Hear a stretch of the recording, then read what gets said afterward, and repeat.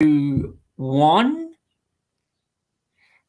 Hello, everybody. Welcome to the second show of today. It's the Welsh Republic podcast, episode 130, and I am here with my guest, Anna. She was originally from the USSR and she moved to the United States when she was younger. Hello, Anna. How are you doing today?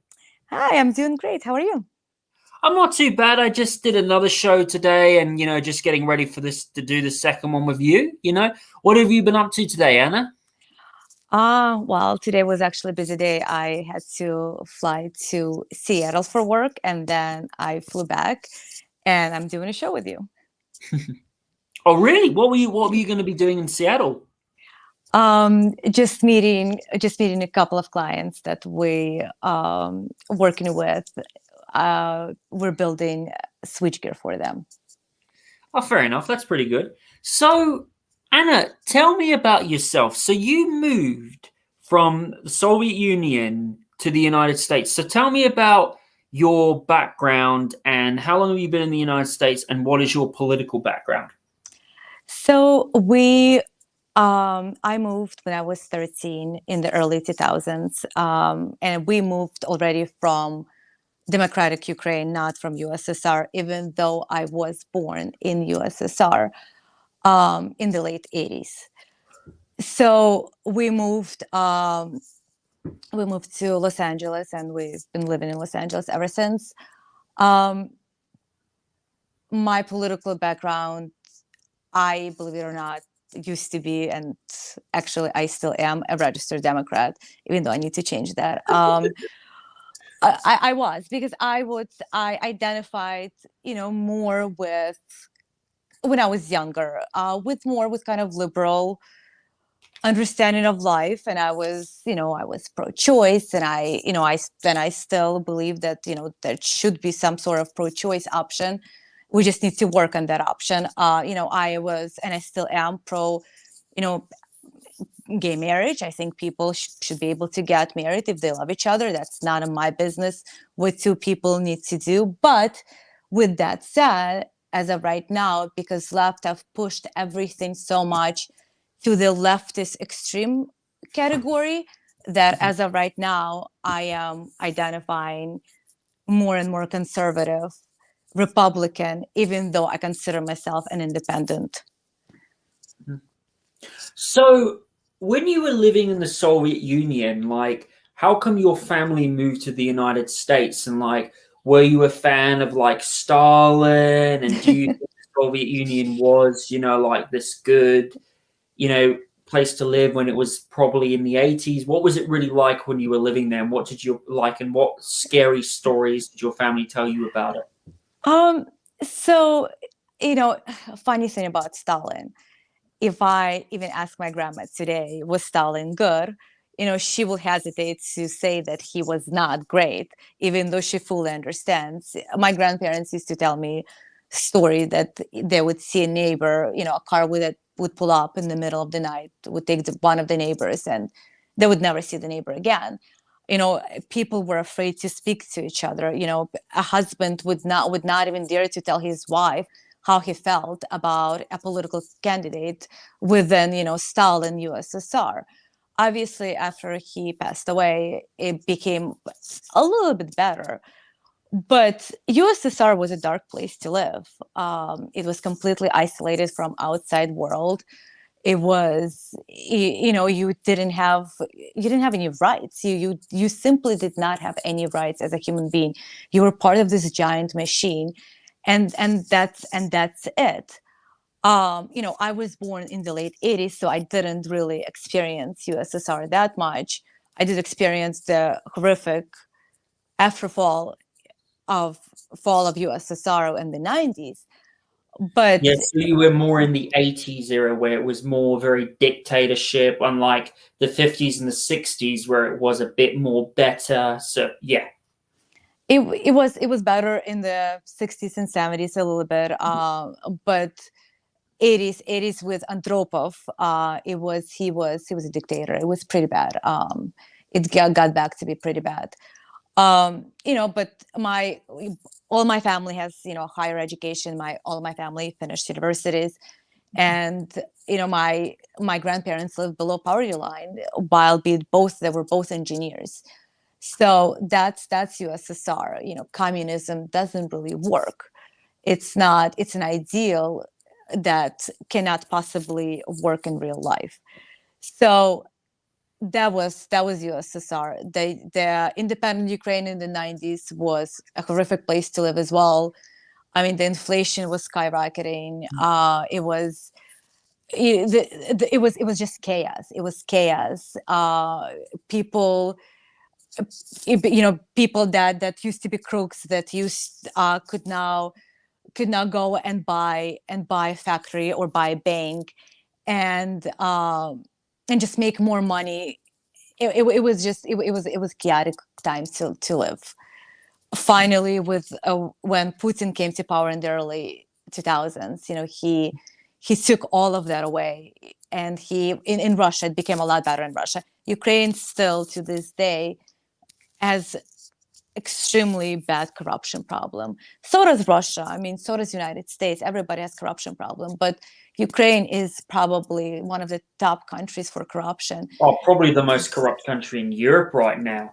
I mean, you could argue the UK is worse, but I mean, the Ukraine, when you look at it, it's just, especially when Bill Gates, who praises the country, said that it's probably the most corrupt country in Europe. It's like, was there any time, where Ukraine was a good place to be, whether it was in the Soviet, or has it always been, like a very corrupt country that has always been very dangerous to live? What do you think? So I don't think it was dangerous. I think during Soviet Union, I don't think it was dangerous at all. That's one thing, that Soviet Union was a pretty safe place to live.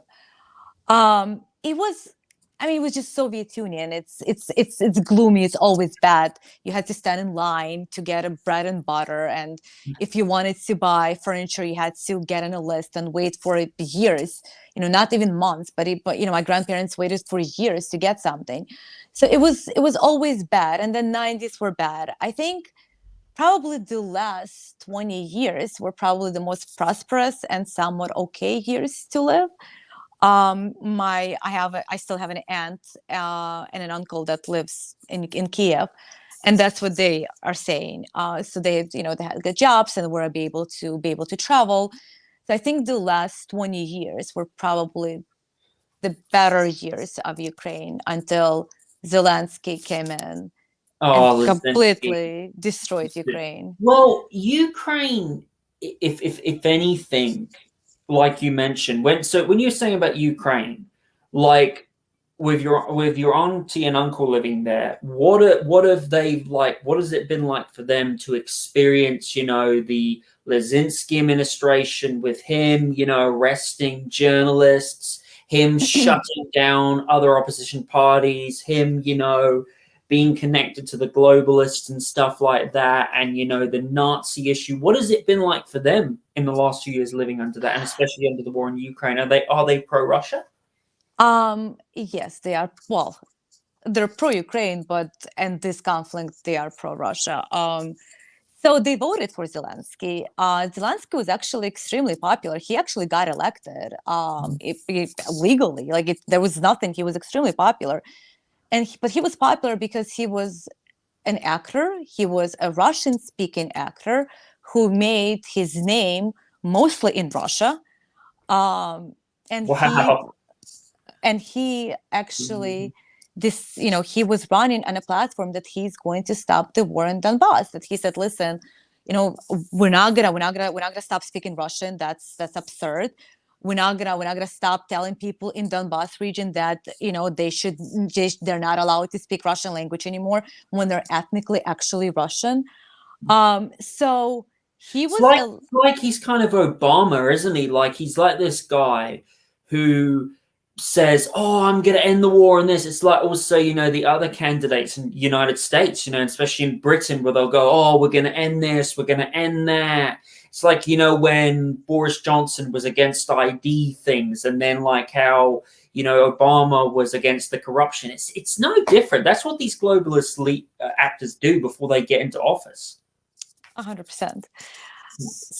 I think he was I think he probably wanted good things for Ukraine, but he's not a politician. He doesn't know how to play the game. And he was an easy target for the globalists, for NATO, for United States to say, listen, we're gonna finally make it happen, and we're gonna finally put Russia on its knees.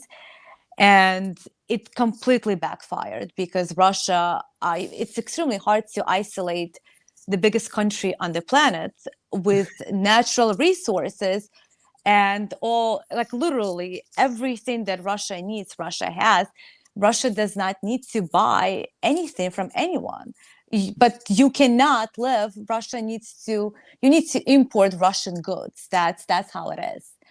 And because we have such a dumb administration, they did not calculate the risks properly. And I think anyone could have done this. I mean, I knew the sanctions were not going to work. I wrote a tweet about it. I said, listen, this is not going to work. This is just stupid. It's going to backfire. And it did. So when you look at that, right, when you look at Ukraine, like obviously we all know about the neo-Nazi problem in Ukraine and like Stefan Bandera and like how how Ukraine has a lot of a lot of streets named after neo-Nazis. And then lately you probably heard the news of like Justin Trudeau bringing a Nazi in Canada. Of course. There's even been rumors that he might resign, which we don't know about. I mean, it could happen, but take that for huge pinch of salt. When you look at like the neo-Nazi problem in Ukraine and the fact, when you look how that's been so downplayed, when you look at the Nazi problem in Ukraine, when you found that out yourself as a Ukrainian, did that really disturb you? And like, what does your auntie and uncle say? Like, how much do they see? How much do they see of the Nazi problem in Ukraine? Do they see like a lot of protesters, guys who are Nazis, or go? So we are from Kiev, and the Nazi problem is always been and always have just stayed in Western Ukraine. So in Lvov and just Western Ukraine, that's where the Nazis originated. And I'm sure there's Nazis everywhere. I'm sure there is somebody that supports, fascism in Kiev as well. I'm sure there's hundreds of them, but it wasn't a problem. Ukraine itself is extremely anti-Semitic country, and it's always been. And all the pogroms of the early 1900s were happening in Ukraine, where over 200,000 Jews have died. So it's not really. What event was that in? That was in early 1900s. Pogroms. So Ukraine has always been extremely anti-Semitic. That's A. The fact that they have a neo-Nazi problem right now, we need to remember that the neo-Nazi movement, the nationalist movement, was started right after World War II with the help of CIA because they wanted them to fight communist USSR. So, which was obviously a ridiculous idea, but here we are. Now we have the same people with the same ideology fighting Russia. So and now we have Azov battalion that has been integrated within Ukrainian Federal Army, and this battalion is openly neo-Nazi battalion. They're not even hiding that anymore.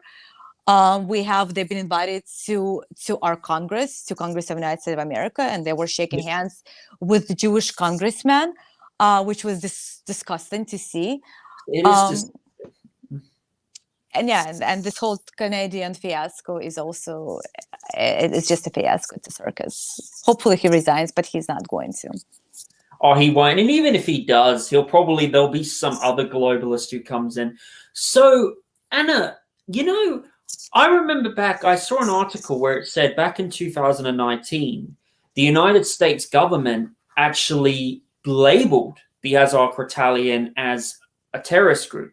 And I remember back in like the 2010s, the media was saying that Ukraine is a massive Nazi problem, that it's infested, with it in its army, and that it's just out of control. And then after, the war, and then Facebook even banned the Azov Battalion. And then as soon as the war begins, Facebook unbanned them, the West, starts saying, "Oh, there's no Nazis in Ukraine," but it's obvious. Of course, they're going to do that because a lot of the Western media is controlled by the CIA, FBI. It's Operation Paperclip. These are the same guys who did sorry, not Operation Paperclip, Operation Mockingbird. These are the same people who did Operation Paperclip and brought the Nazis into the United States after World War II and helped the Nazis escape, from the Nuremberg trials from Ukraine. When you look at stories like that, how does that make you feel as like a Ukrainian Russian to yourself? How does that make you feel?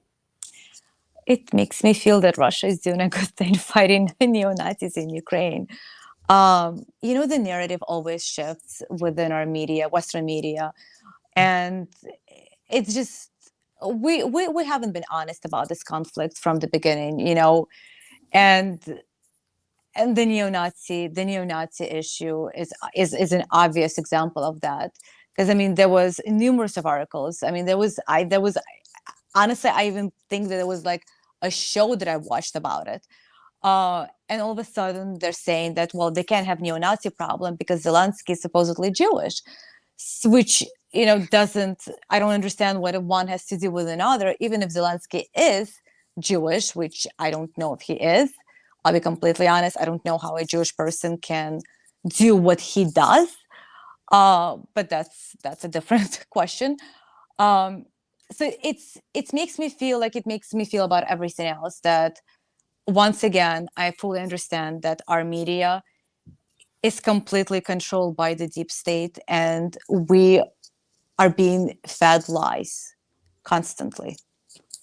Yeah, it is one big thing, especially when they've been hiding, giving money to these terrorists, in Donbass and Donetsk, and Lugansk, and giving weapons to people like these guys who go around bombing children, killing whether was it the Macedon, like that, the Maidan that happened in 2014, which was funded by the United States, just seeing that, seeing the heartbreaking stories of these people, getting tortured by them, and all of, the taxpayers' money from the United States people and the UK people going towards these groups. It's just absolutely. Anna, what would you say is like the most heartbreaking story that you saw that you've read, like whether it's been the neo-Nazis committing, like what would you say is the most heartbreaking story that you've heard, like what the Nazis done So to any in children? in 2014 in Odessa, they locked people in a movie theater and set it on fire. Wow, you joking? No, it happened. I believe over. I mean, oh my God, I forgot how many people. It was definitely over like 20 some people, even more probably, that died. It was a horrific event. So, and it's not an isolated event. They bombed schools, they bombed hospitals, they bombed civilian stores. They committed war crimes. What happened in Donbass, what has been happening in Donbass for the last 9 years, it's been one giant war crime. Those people voted that they wanted to be part of Russian Federation. They did not feel safe being part of Ukraine. Ukraine was not allowing them to be who they are, even though it is written in Ukrainian constitution that the minorities and minority languages are allowed and should not be discriminated against, which means Russian. And nobody followed any rules. It was, what happened in Donbass is a literal war crime. And there is no UN resolution on it. There is nothing. Nobody's talking about this because the media made everybody feel that Russia is this giant aggressor that just decided to take over Europe, not understanding Oh, that exactly is what happened. absolute load of nonsense. Of course, they're not going to take over Poland. What interest does Russia have over Poland? It doesn't. When you look at that, when you as yourself, as you go on Twitter a lot, what would you say is the biggest Western misinformation that the West has about the Russia-Ukraine conflict and the history about it? What would you say is the biggest piece of rubbish that you've seen that's come from the Ukrainian Western media about Oh my, Donbass and Donetsk and Crimea? oh my God, there are just so many. I don't know which one I can choose. Like that Russians are stealing washing machines, that Russians are they're fighting with shovels because they don't have missiles anymore. Um, what else is I mean, it's just, there is Putin weaponized a squid and a penguin, and a beluga, and it's just massive amount of just complete rubbish that Ukrainian side is putting out there. And you're looking at this, and there's groups like NAFOS, for example, this like organized campaign of humans with absolutely zero critical thinking skills. They're believing that, and they're like, yeah, Ukraine is winning, Russia doesn't have any more missiles, they're fighting with shovels.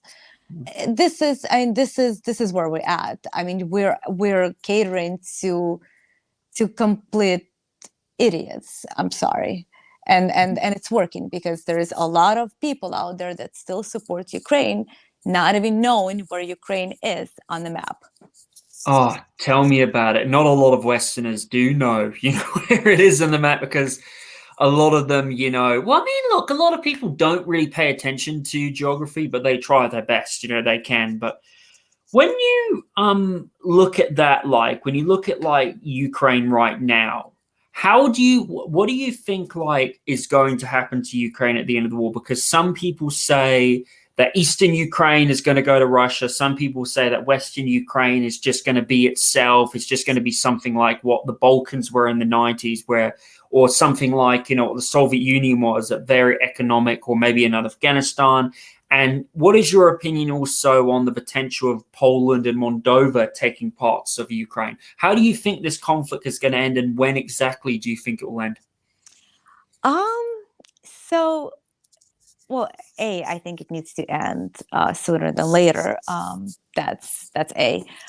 I think that what Russia is going to do, I think they'll have to go up to Dnieper and take all of eastern Ukraine, and most likely they'll have to take Odessa as well, to completely isolate Ukraine from the access to the sea, because if they will have access to Black Sea, then Crimea potentially could be targeted, and we don't want that happening, obviously. I also think that Putin is not going to allow for Zelensky to stay in power. I think there needs to be a regime change in Ukraine. Zelensky has become cancerous to his own people, and what he's doing. Is there in like Ukraine, because a lot of the Western media will say, "Oh, Zelensky, this is amazing. A lot of people like him in Ukraine."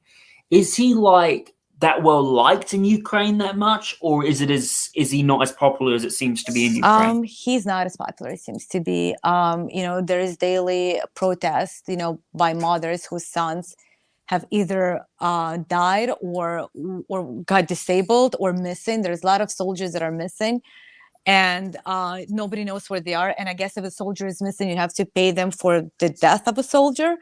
So there is a lot of negativity that's happening in Ukraine. Everybody's extremely unhappy with Zelensky. Nobody's talking about this. Nobody is actually saying that Ukrainians do not want this war. That majority of Ukrainians are saying, listen, let's just give them Donbass and let's just live peacefully. Like, no, those people don't want to be part of Ukraine anyways. Let's just stop this war. And he's not listening to what his people want.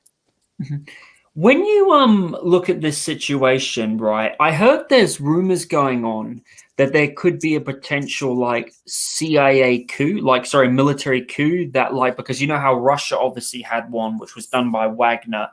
Do you think that Ukraine, because since obviously, a lot of Ukrainian generals in the army are getting very irritated at Lizinski and stuff, do you think that Ukraine could have their own version of it? I mean, I don't see why.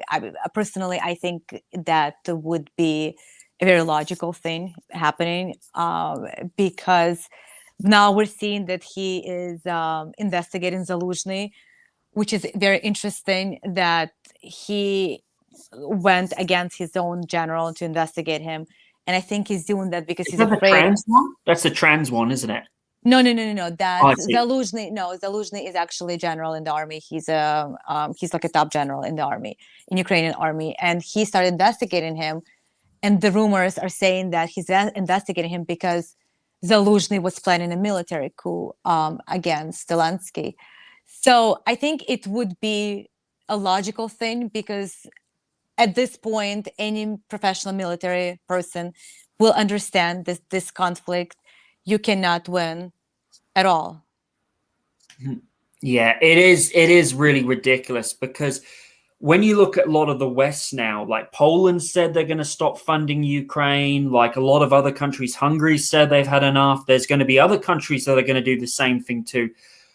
Like there's a lot of people who say that like Russia is only using like 20% of their army strength in this war, and a lot of people say that Russia's losing a lot of soldiers. Like, what facts, Anna, can you say that you know that support that Russia is winning the war, and how bad do you think the Ukrainian loss of life is compared to the like the Russian loss of life? So I think what we need to do, I think we need to look at the map, and we can see in the map that 1/3 of Ukraine is now belongs to Russia. That's a Russia originally came in. Russia originally thought that this conflict is not going to be a full-blown war. Um, Russia, I think Putin did miscalculate how much Western support Ukraine is actually going to get. But once Putin realized what it is, there was 300,000 of reserves, a lot of fighting, that a lot of heavy fighting that was done, especially in Bakhmut area, was done by Wagner Group, and those are not part of soldiers of Russian Federation. Those people are mercenaries; they're paid soldiers, so they know that potential risk of dying. So as of right now, I read the numbers that Russia has lost with Wagner Group as well, around 170,000 people, which is a lot. But Ukraine is getting closer and closer to the 500 mark. Just last month, Ukraine have lost over 17,000 people in counteroffensive that has completely failed. In June and July, they have lost over 46,000 people. At this point, this war is a genocide of Ukrainian men, and It it's is. It extremely sad. really is. It is so. Like, I mean, I saw like there was a 19-year-old girl who was put in prison for like questioning Zelensky's government. I think it's true, like a 19-year-old girl. And to see like the Ukrainian government has their own like kill list. In fact, a 14-year-old girl is on there.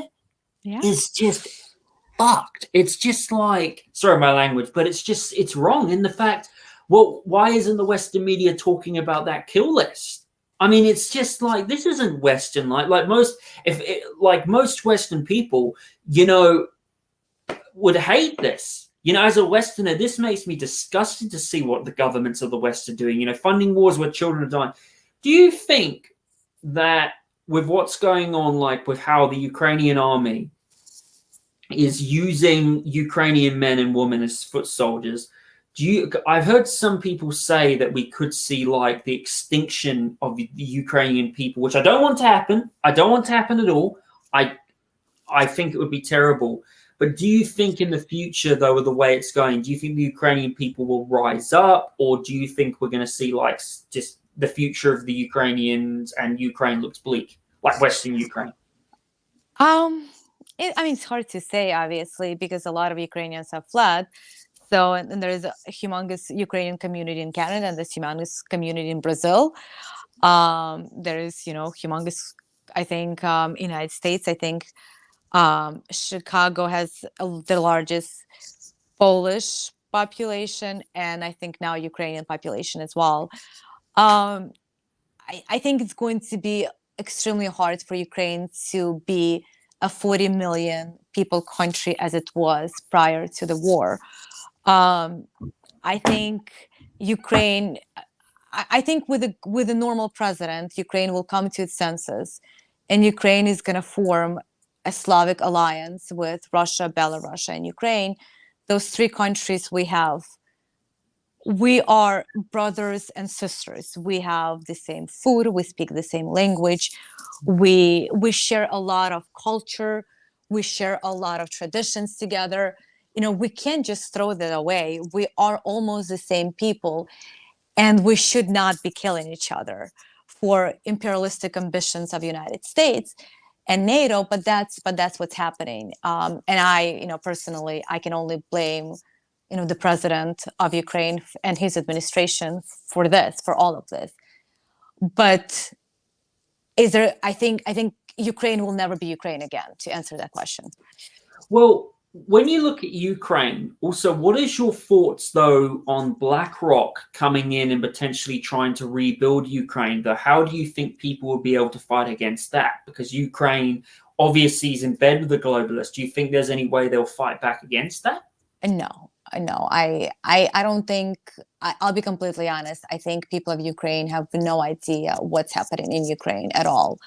I think they are completely clueless. The country is so corrupt that nobody knows what's happening, and Zelensky has sold the country to the highest bidder. There's going to be BlackRock, there's going to be Vanguard, there's going to be everybody and anybody will be rebuilding Ukraine and getting money out of this, milking Ukraine to the last drop, while the oligarchs of Ukraine and corrupt politicians are going to be getting richer. People will continue living below poverty line.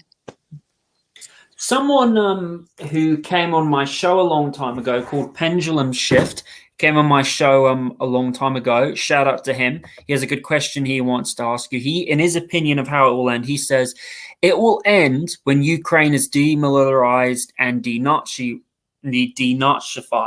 No one knows what the end result looks like. Anna has a good point with Odessa. And he also says here, for sure, we are looking at the return of Nova Russia. Nova Russia is like, what is that, Nova Russia? Nova Russia is what Ukraine used to be called, because it was kind of like a county of Russia. Ukraine was never a country. Ukraine became a country after Russian Revolution, after Lenin came to power and created Ukraine. And all these republics that then joined Soviet Union, Ukraine only became a country because Lenin allowed it to become a country. And those people culturally are just bunch of, Ukrainian people as people historically. I studied, personally, I took a genetic test and it turned out that I am 40% Polish. So Ukraine, and I was born in Kiev, and so was my mom and my dad.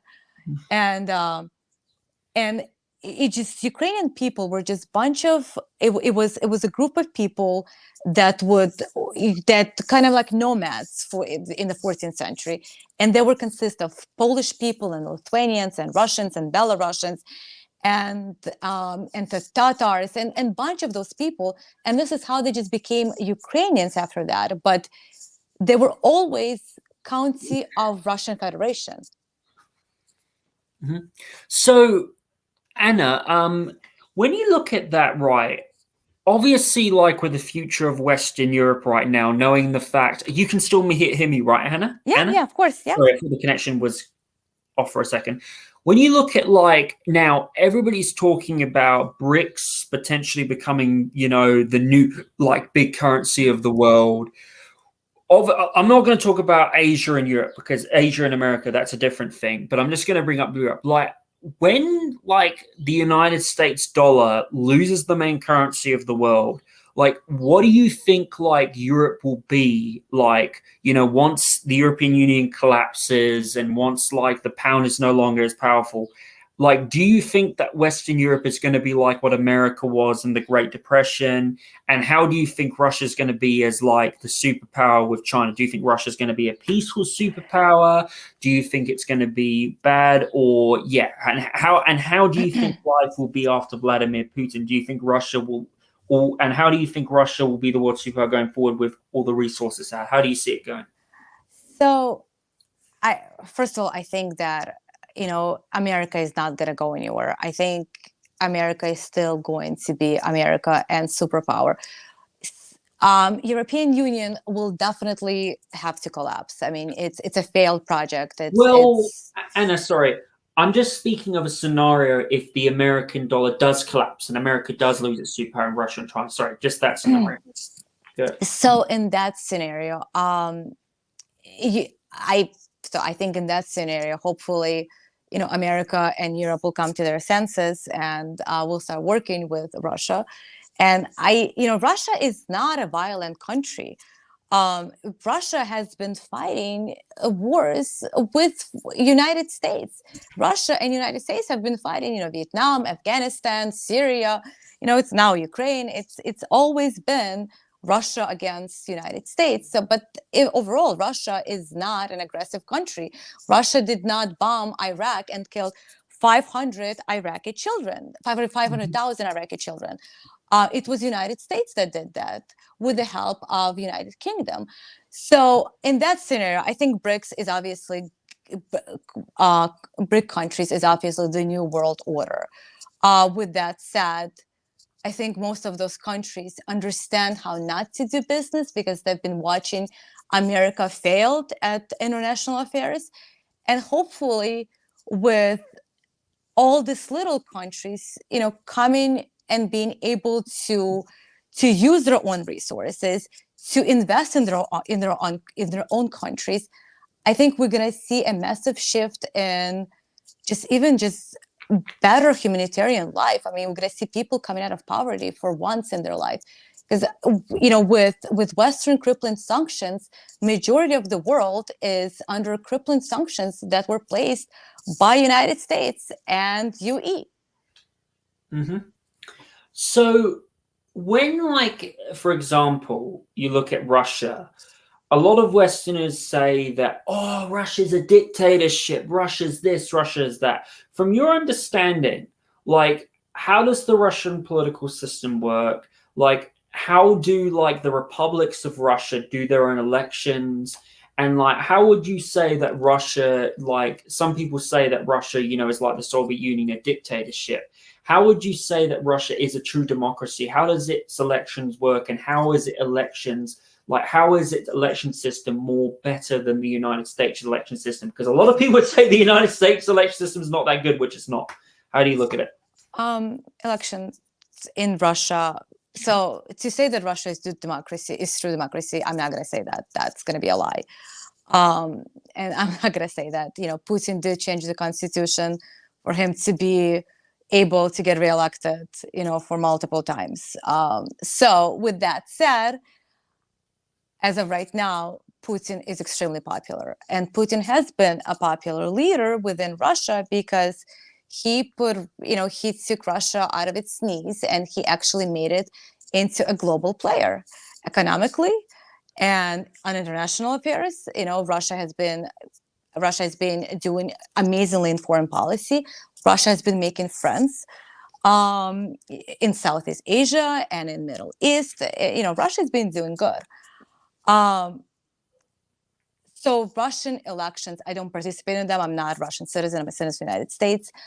I do understand that they have to register and they have to show an ID, and it's more secure actually than elections in the United States. But do you think that it's like rigged? Like, do you think that Putin controls over it, or do you think that's just I don't think so. I think Putin. My uncle lives in Moscow, and I talk to my uncle all the time. It's my my dad's brother, and he does not believe in that, and he thinks that elections are actually pretty fair. There is opposition, obviously, but the opposition is nowhere near to be even close to beating Putin. So Putin is extremely popular in Russia, extremely popular. And as of right now, his approval rating is over 80%. I mean, Putin is doing something that no other leader right now is doing for their country. He's actually standing up for what they believe in and for the rights of Russian citizens. And I think every leader should take example and be more like him, to be completely honest. Mm-hmm. So you don't think Russia is a democracy? You think it's like more of a federation, like a It's a federation? constitutional republic, just like United States. United States is not a democracy. United States is constitutional republic, and so is Russia, and they follow their constitution. They make amendments to the constitution. Some amendments I agree with some I don't. But that's life. We're doing the same in the United States. So just like United States, Russia is a constitutional republic. Fair enough. That sounds very interesting. You know, I always in when Russia, I always wanted to go to like if I ever go there one day, I would love to go to like the Muslim republics in Russia. Oh, they look so beautiful. What's that one that starts with T? Chechnya. Yeah, That's Chechnya, and that starts with C, and there's another one. Tatarstan. Yeah, There's a yeah, lot. yeah. It looks so beautiful. It looks It so is. beautiful. It's Anna, Russia is beautiful. oh, it's a beautiful country. Anna, what would you say is your favorite place to go holiday in Russia when you get the chance? Um, you know, I mean, so in summer holidays or winter Yeah. holidays? Oh, any. So summer holidays, we would spend in Crimea. We would, that's it's the truth. We would spend. Crimea is like the Hawaii of that area of the world. Yeah, it's exact. And every month, we go to Yalta and Yevpatoria, and we would, just depends, and we would just spend a month on Black Sea. We actually went to Vilnius a lot as well, which was interesting because it was part of Soviet Union. So, and everybody was not a Russophobe. Everybody was friendly to Ukrainians and Russian. Everybody had spoke Russian, and everybody there speaks Russian to this day as well.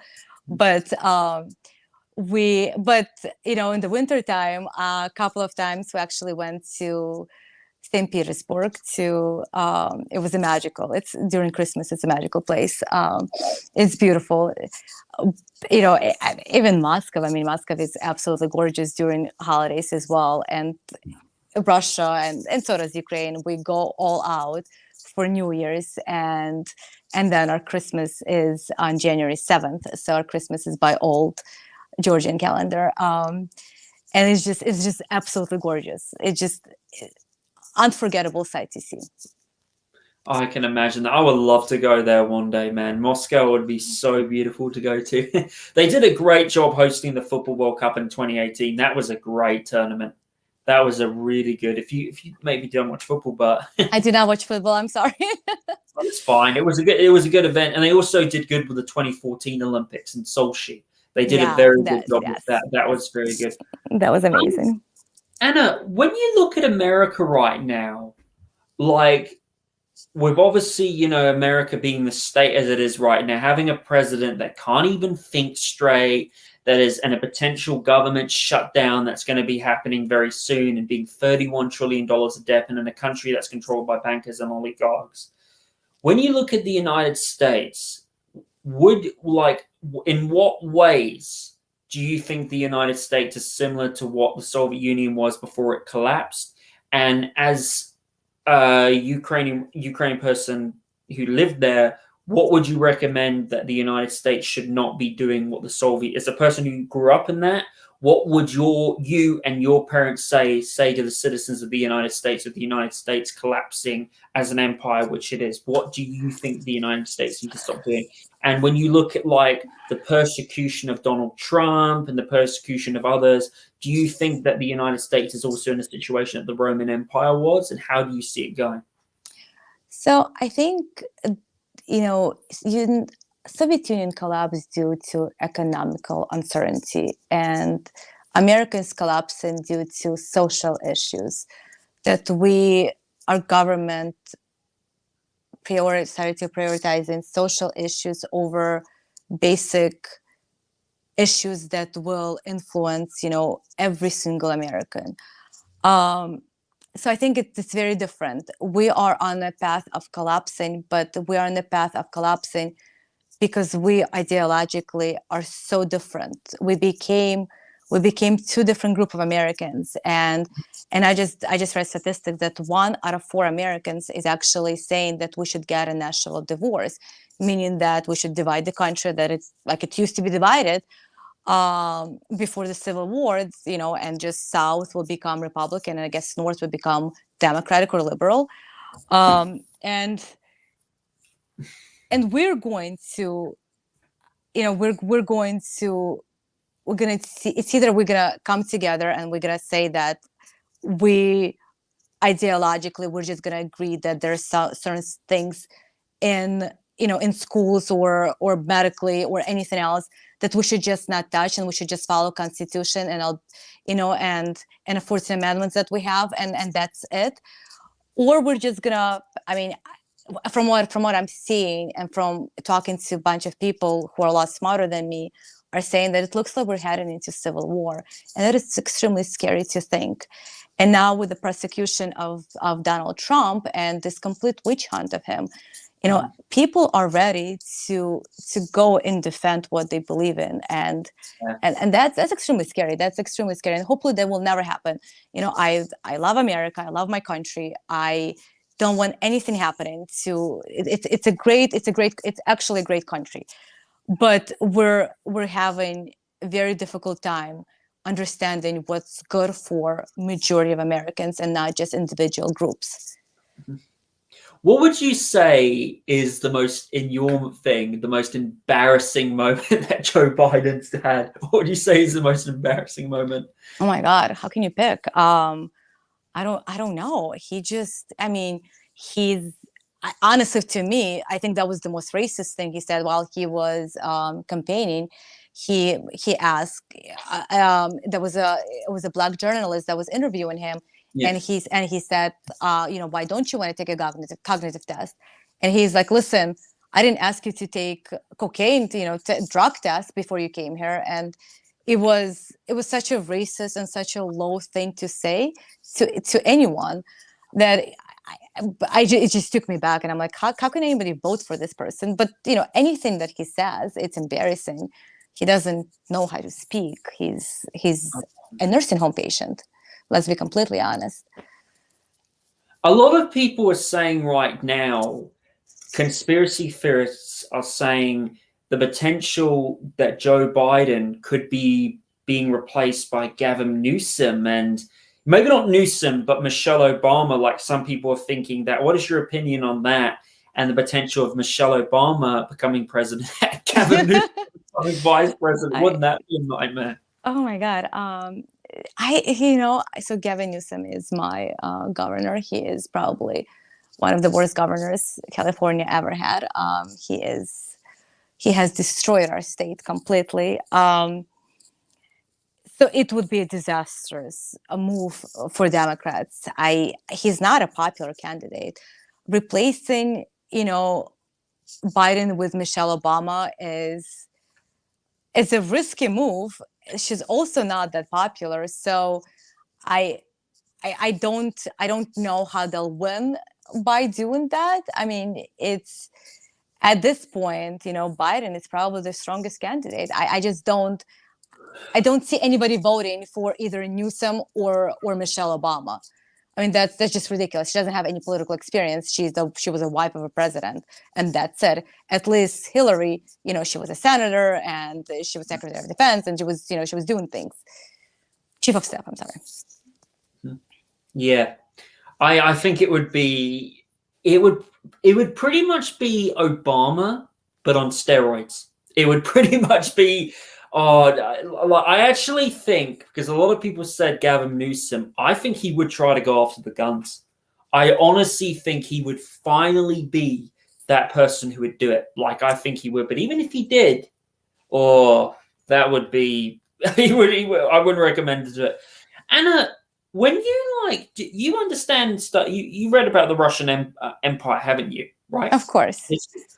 When you look at, like, okay, going back to like the Roman Empire, right? Out of all the history that Russia have had, whether it's been the civil wars in Russia or all that, when you look at the estate, like the potential of the United States and Donald Trump being persecuted, like out of all the history of the Russian Empire, what event during the Russian Empire is so similar to what is happening to the United States now?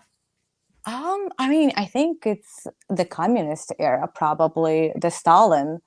That was his thing. They were, so was Lenin. Lenin was also arresting. Lenin became extremely authoritarian after he took power, and they were arresting their opponents, their political opponents. They were killing them, and that's this was the beginning of the communism. During Tsar's Russia, it was royalty. It was, obviously, there was affairs that were going on, but it was completely different to just take a political opponent and for the last 6 years have create lies after lies and going after him. It's very, very what Stalin would do. That's what reminds me of. Yeah, and keep going, like you were saying. um I forgot what I was saying. It was about, how it's similar to the Russian Empire, like what event in the Russian Empire was similar to. So it's similar to communism empire. I think only within communism people were prosecuting their political opponents. That's what Lenin and Stalin was doing. um that's pretty much the only time I can think, when political leaders would go after their political opponents openly. Mhm. Right now, there's been a disturbing figure that I'm seeing where. Do you remember that incident with Kanye West last Which year one? when he was on Alex Jones' show? Do you remember that? um And he what was saying, what was he yeah, saying there? he was wearing the funky, weird mask, and he was saying, very messed up stuff about Hitler, saying that Hitler was right, which of course is Right. Oh yes, that was a tour. He went to a bunch of shows saying that. Yes, I remember that. when you there's been a disturbing trend going on that many people don't realize that, but because it's kind of like there was a YouTube channel of this guy called Theodore, I can't remember his second name, and he was talking about a disturbing trend where you have Germany becoming more far right. I also, by the way, I had a girl, one of my ex-girlfriends was from Bulgaria, and she worked in the UN council there, and she told me about the neo-Nazis there. And there's been a disturbing trend going on where, you're seeing a secret rise of neo-Nazism in Bulgaria, Poland, and also in America. And especially when you look at the incident where, Kanye said that, which was freaking disgusting and gross, because Hitler was a madman and a freaking maniac, and he was funded by the bankers and all that stuff. When you look at that and you see the rise, the hatred we're seeing towards Jews get worse, which is freaking disgusting and gross. And you see how a lot of people say the Jewish cabal rule the world, which is absolutely a load of nonsense too. When you see that, and you compare it to what Europe was in the 1940s, especially how a lot of how Europe had a lot of far right governments and all that stuff, and how back then in the 1940s America did have a rally for Nazis at that stage. Do you think the world and Western Europe is secretly becoming more far right in the shadows, or do you think that's just fear mongering coming? What do you think about that? And does that scare you over the potential of that? And do you think we could one day perhaps maybe see another Holocaust happen? With the way that it's getting worse to hatred Jews, which I don't want to happen at all. I think it's freaking messed up, and it's fucked up that this is keep getting worse. Especially when you see the rise of attacks that's happening on synagogues in the United States. It's fucking disgusting. How do you see it? So I think we need to separate issue of neo-Nazi and and them being anti-Semitic with the issue of rising of kind of far right nationalist movement within countries.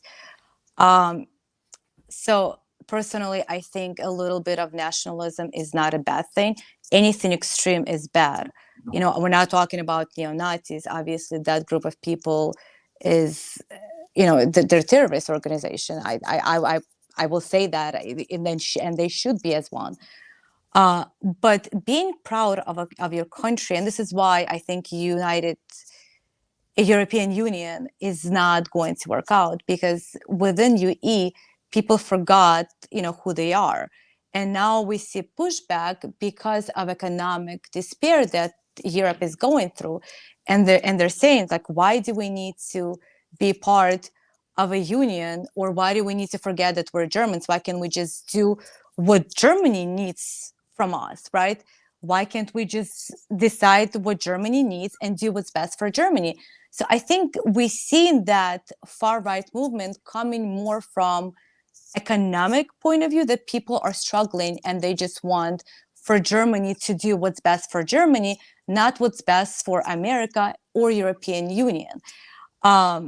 With that said, there's has been, obviously has been a neo-Nazi issue within all countries, and we saw that a lot within the United States when Trump came to power, and that is extremely scary. That is extremely scary. I want to believe that something as horrible as Holocaust will never ever happen again, because now we have internet, and now we have ways to communicate, and hopefully communities will come together and will never allow something grotesque to happen again. 6 million people perished for absolutely nothing, just because they were born of who they are. That is beyond the thought that I want to imagine that something like this can happen again.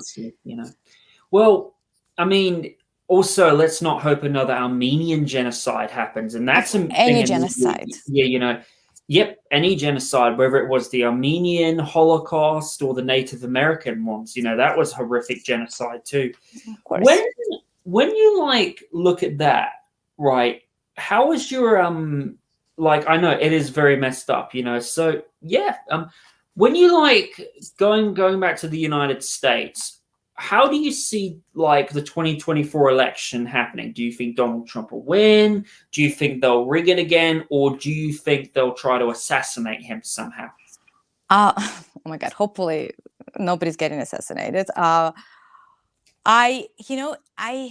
don't know. It's really hard to imagine if they're gonna allow him to run. It's hard to imagine for him not to win. To be completely honest. But now, looking that we're bringing back masks and we're talking about vaccines again and booster shots, and I'm just thinking, if we're gonna do the mail-in voting again, then I can't say who's going to win. I'm just gonna assume the Democrats are going to win, just like they did. I don't believe personally that Biden got 88 million votes. Oh. He never even campaigned. No way he got 88 million votes. So with that said, I think that if they're gonna allow Trump to run, then he has to win. I think for them to do something stupid would be stupid, because it would start a civil war. I think anything happening to Trump, people need to realize that people love Trump a lot. I mean, I've talked to people. Again, I voted for Trump. I'm not a huge Trump supporter. I like his policy. He was good. He was good for me and my tax bracket. I'll be honest with you. So I had a lot more money in my pocket, and my 401k was doing well. So I was doing well. But, he has a fan base. And if they decide to do something stupid, that fan base is sitting on a lot of guns. We have a lot more guns in the United States than people. And that thought, in itself is extremely scary. And that should never be forgotten, I think. Obviously, and hopefully that will never, ever happen, because there's nothing worse than Americans fighting each other. But we need to be real that this cannot happen. I think Americans, and especially Westerners, need to realize the real enemy. And the real enemy is the globalist elite. It's the bankers. It's the world. It's the WEF and BlackRock. Those are the biggest enemies. Yep. Not the people. Nope. And It's also the government too. That's the problem. The government of the United States is a corporation, and that's what they need to do. What Putin did when he came in, he kicked out a lot of the bankers and elitists who run the Russian government.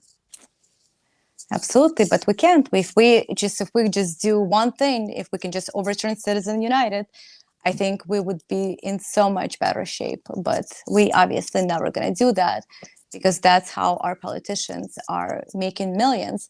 While Americans, we have homeless veterans. I mean, Los Angeles area is scary to look at.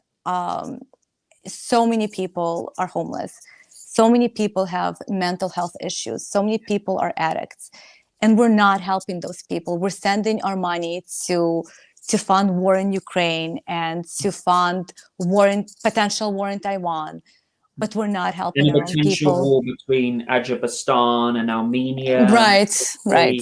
and potentially, giving money, to terrorists like Al Qaeda and ISIS, which the United States government does do, and a potential war, and a war going on in Ethiopia and Somalia, and Yep. also Yemen and Saudi Arabia. It's so screwed up, And you we're know. not helping our people, and And we let's should be not helping. forget, innocent Palestinians being killed by the Yep. Israeli government, which is just, Yeah, that's also we need to come up with a solution for that issue.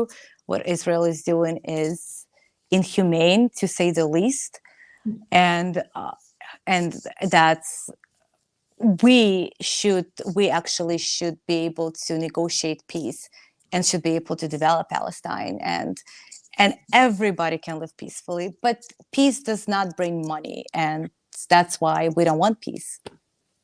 I know it's like when you look at Russia and China, like China's been going around helping Africa develop with the Belt and Road Initiative. Same thing with Russia.